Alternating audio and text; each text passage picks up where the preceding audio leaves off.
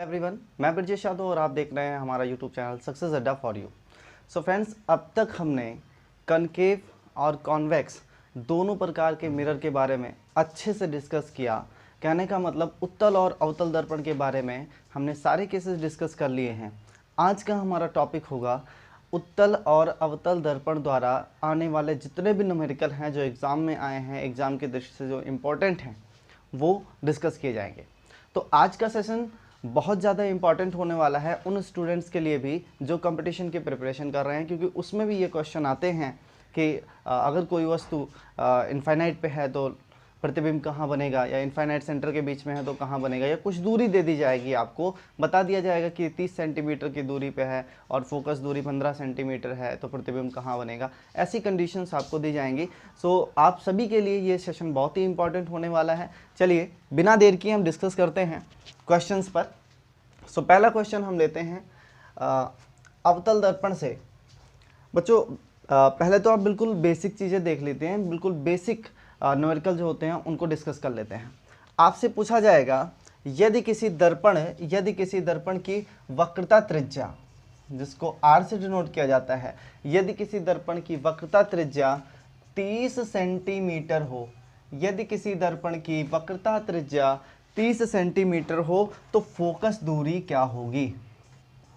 बच्चों most important question है और एक नंबर में आता है ऑब्जेक्टिव में कि अगर किसी दर्पण की वक्रता त्रिज्या 30 सेंटीमीटर हो तो उसकी फोकस दूरी क्या होगी। अब जब तक आपको ये नहीं क्लियर करता कि उत्तल दर्पण है या अवतल दर्पण है, तब तक आप यहाँ पे प्लस या माइनस का साइन आप नहीं ले सकते हैं। लेकिन अगर इसी केस में कह दिया जाता कि अवतल दर्पण, कह देता अवतल दर्पण, अगर एग्जाम में दिया होता कि कोई अवतल दर्पण है जिसकी वक्रता त्रिज्या 30 सेंटीमीटर है तो फोकस दूरी क्या होगी। बच्चों इस तरीके से बनता है हमारा अवतल दर्पण।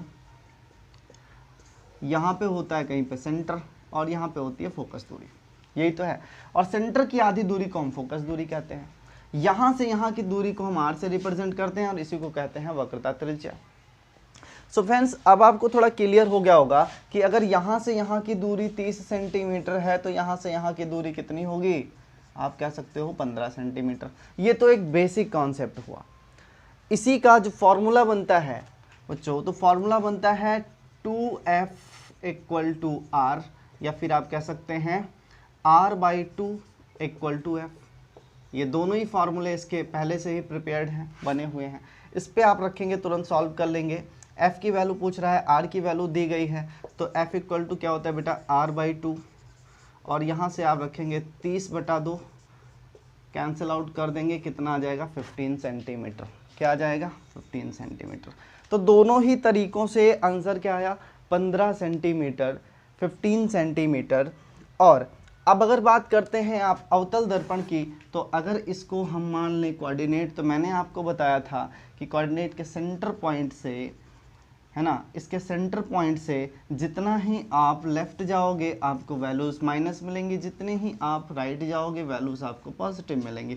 तो इस कंडीशन में फोकस दूरी अगर देखी जाए तो ये लेफ्ट साइड में है, मतलब कि फोकस दूरी क्या हो जाएगी बेटा माइनस में हो जाएगी। ठीक है ना। तो F की वैल्यू को हम कहीं भी अगर पुट करेंगे तो -15 पुट करेंगे। बट फैक्ट क्या है कि दूरी कभी भी माइनस नहीं होती। कंपटीशन वाले स्टूडेंट इस बात पे ज़रूर ध्यान दें कि दूरी कभी भी माइनस नहीं होती। माइनस क्या होता है विस्थापन। क्या माइनस हो सकता है विस्थापन।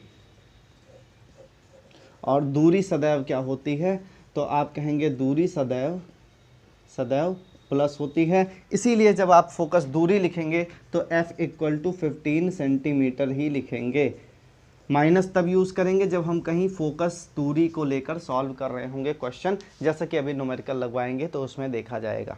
चलिए, तो पहला क्वेश्चन था आपका, बहुत ही अच्छा क्वेश्चन था कि अगर किसी दर्पण अवतल दर्पण की वक्रता त्रिज्या 30 सेंटीमीटर है तो फोकस दूरी क्या होगी। आपने आंसर बताया कि सर फोकस दूरी 15 सेंटीमीटर आ जाएगी। और अवतल दर्पण के लिए इसका केस का साइन क्या हो जाएगा, तो अवतल दर्पण के लिए इसका साइन माइनस हो जाएगा।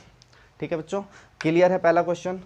बहुत ही अच्छा क्वेश्चन था, एक नंबर में आपसे पूछा जाएगा एग्ज़ाम में, और कंपटीशन के स्टूडेंट भी इसको ध्यान से देखेंगे क्योंकि कंपटीशन की दृष्टि से भी आपके लिए ये बहुत ही इंपॉर्टेंट सेशन है और यहाँ से क्वेश्चन बनते हैं। चलिए अगला क्वेश्चन लेते हैं हम अवतल दर्पण का। बच्चों मोस्ट इंपॉर्टेंट क्वेश्चन है, 2018 के सेट नंबर 7 का क्वेश्चन है, बहुत ही इंपॉर्टेंट क्वेश्चन है। और मैं जितने भी क्वेश्चन आपको कराऊंगा परीक्षा में आए गए क्वेश्चन कराऊंगा। सो देखिए बहुत ही इंपॉर्टेंट क्वेश्चन है, नोट कर लेंगे आप लोग, लिखेंगे कोई वस्तु एक अवतल दर्पण के सामने, सेकंड क्वेश्चन हमारा होगा, कोई वस्तु अवतल दर्पण के सामने 50 सेंटीमीटर की दूरी पर रखी हुई है। कोई वस्तु अवतल दर्पण के सामने 50 सेंटीमीटर की दूरी पर रखी हुई है, जिसका प्रतिबिंब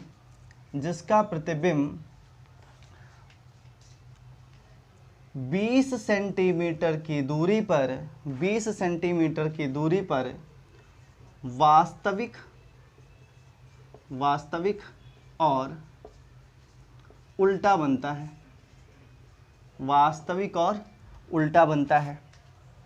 तो प्रतिबिंब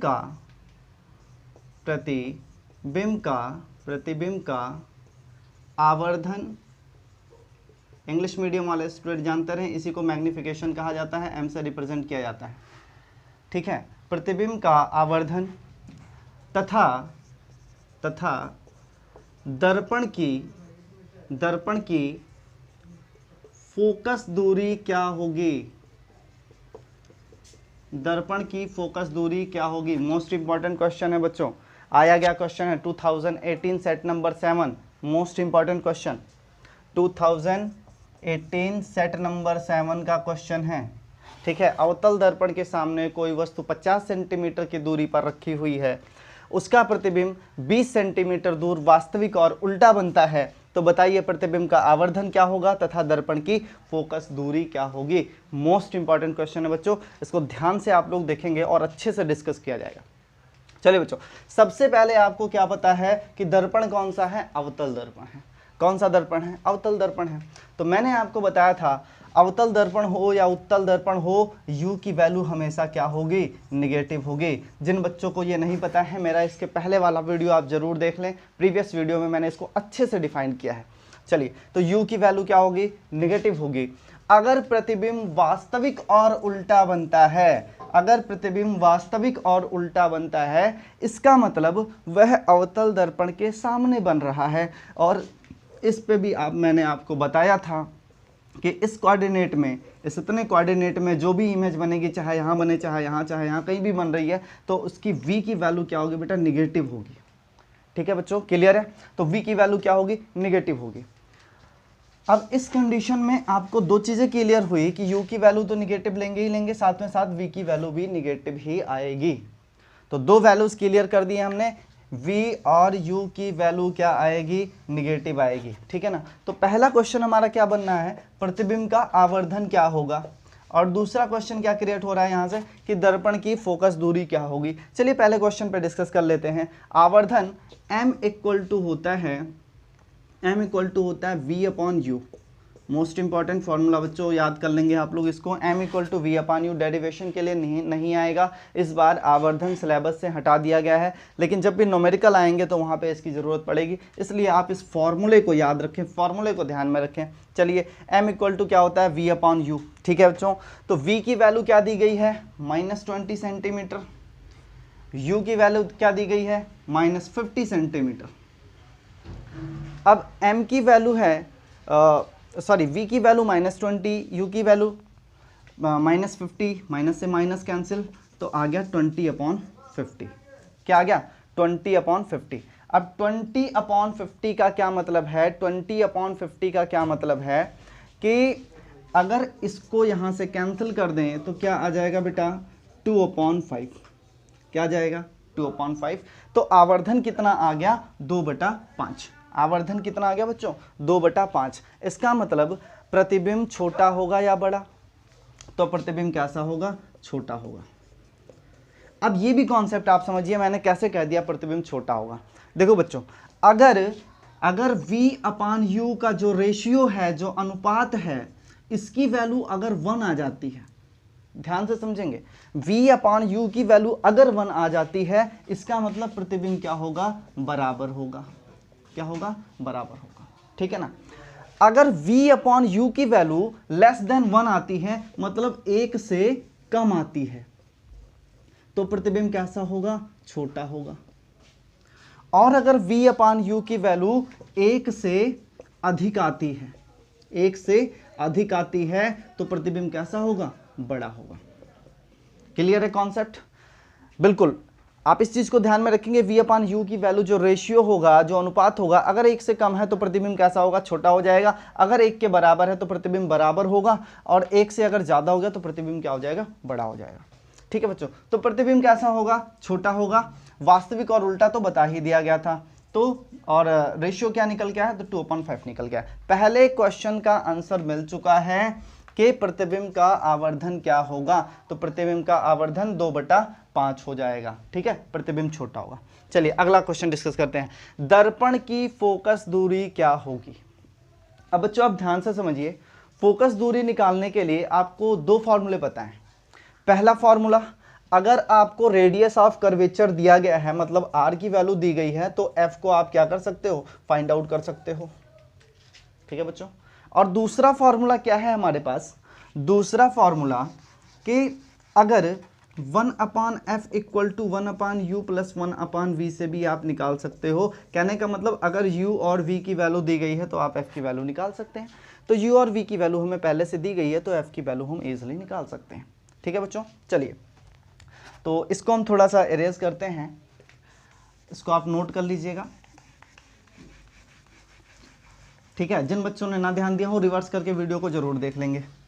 चलिए, तो अब हमें फॉर्मूला पता लग चुका है। फॉर्मूला हमें क्या पता लग चुका है कि हमें सॉल्व करना है 1/f equal to 1/u plus 1/v से। यही 2 फॉर्मूले आपके एग्जाम में चलने वाले हैं, 1/f equal to 1/u plus 1/v, और दूसरा r इक्वल टू 2f। तो ये 2 फॉर्मूले अब याद रखेंगे तो आपका क्वेश्चन गलत नहीं होगा। चलिए, दर्पण के लिए हमेशा यही यूज़ होगा, जब लेंस आएगा तो 1/v माइनस 1/u हो जाएगा। बस इतना सा आपको ध्यान में रखना है। चलिए आगे डिस्कस करते हैं। तो फोकस दूरी हमें निकालनी है। अभी हमें नहीं पता फोकस दूरी प्लस है या माइनस है। ऑब्वियसली अगर आप थोड़ा सा दिमाग लगाएं तो ये दर्पण अवतल दिया गया है, और अवतल दर्पण में फोकस दूरी हमेशा निगेटिव होती है। मतलब जो आंसर हमारा आएगा वो किस में आएगा, आंसर जो भी आना है वो निगेटिव में ही आएगा। अपने आंसर को प्रूव करने के लिए ये चीज़ आप ध्यान में रख सकते हैं। लेकिन अभी हमें एग्जाम में नहीं, क्वेश्चन में नहीं दिया गया है, तो इसीलिए हम सिर्फ एफ रख रहे हैं। चलिए 1/u की वैल्यू क्या दी गई बेटा, -50 सेंटीमीटर। v की वैल्यू क्या दी गई है, तो आप कहोगे -20 सेंटीमीटर। क्लियर है ना। अब इसको उठा के आप सॉल्व कर दो फटाफट। तो 1/f इक्वल टू क्या हो जाएगा, 1/f इक्वल टू इन दोनों का एलसीएम लेंगे, 100 आ जाएगा। 100 को हमने 50 से डिवाइड किया, 100 को 50 से डिवाइड किया, तो आंसर क्या आएगा हमारा, 2 आ जाएगा। ठीक है, माइनस का 2, और माइनस 100 को जब 20 से डिवाइड किया तो क्या आ जाएगा, 5 आ जाएगा। क्लियर, ये हो जाएगा -7/100। तो 1/f की वैल्यू क्या आ गई, -7/100। तो f की वैल्यू क्या आ जाएगी बेटा, देखो इसको अगर हम रिवर्स करेंगे तो ये वैल्यू भी रिवर्स हो जाएगी, मतलब 100 ऊपर चला जाएगा और 7 नीचे आ जाएगा, जैसे f ऊपर गया और 1 नीचे आ गया। ठीक है बच्चों, समझ में आ रहा है। कॉन्सेप्ट बिल्कुल क्लियर रखना, बहुत ही ईजी क्वेश्चन होते हैं। चलिए, तो f की वैल्यू क्या आ जाएगी, 100/7, ये माइनस में, तो ये तो आपका हुआ आंसर। अब अगर आपसे पूछा जाता है, अगर आप इतना सॉल्व करने के बाद f इक्वल टू 100/7 रखते हैं तो ये गलत नहीं होगा, क्योंकि ये क्या है बेटा, ये दूरी है। क्या है ये दूरी है, और दूरी, ये हमारी दूरी है, और दूरी कभी भी माइनस नहीं होती। तो अगर आप 100/7 भी लिखते हैं तो क्वेश्चन गलत नहीं होगा, और अगर आप f इक्वल टू -100/7 भी लिख के आ जाते हैं तो भी आंसर आपका सही है। ठीक है बच्चों, समझ में आया। सो इस तरीके से हमने एक क्वेश्चन उठाया और उसको सॉल्व कर डाला फटाफट। ठीक है ना। आप लोग क्या करेंगे, ऐसे ही और भी क्वेश्चन सॉल्व करेंगे। अगर आपको नहीं समझ में आता है या आप सॉल्व नहीं कर पाते हैं तो आप हमारे डिस्क्रिप्शन बॉक्स में मेरा व्हाट्सएप नंबर दिया गया है, हमारे टेलीग्राम ग्रुप का लिंक दिया गया है, आप उस पर क्लिक करके हमें अपने क्वेश्चन सेंड कर सकते हैं और उसका सोल्यूशन जल्द से जल्द पा सकते हैं। सो आप हमारे साथ जुड़े रहिए और पढ़ते रहिए सक्सेस अड्डा फॉर यू में। स्वस्थ रहिए, व्यस्त रहिए, मस्त रहिए, हंसते रहिए और हंसाते रहिए। जय हिंद, जय भारत।